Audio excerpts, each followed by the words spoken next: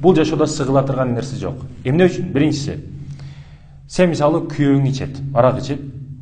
Арак ичип келгенден кийин уруштун кажети жок. Ал учурда адам өзү сүйлөбөйт, арак сүйлөйт. Арак эч нерсеге мааниси жок, таасири жок. Ошондуктан ага сүйлөштүн кажети жок.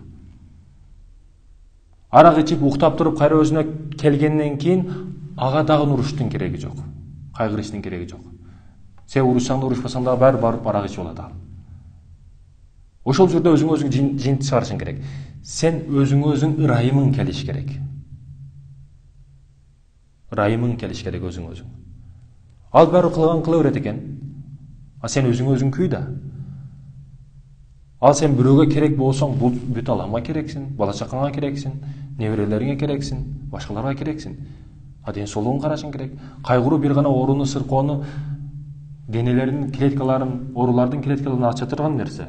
Демек, өзүң адам ырайымды келиш керек экен. Бир нерсеге жетсең дагы, жетпесең дагы бул жашоодо кайгыра турган, арзый турган, кайгы арзый турган бир нерсе жок. Машина алсаң, ала албасаң дагы кайгырыштын кажети жок. Ошондуктан адам өзүнө ырайымы келиш керек.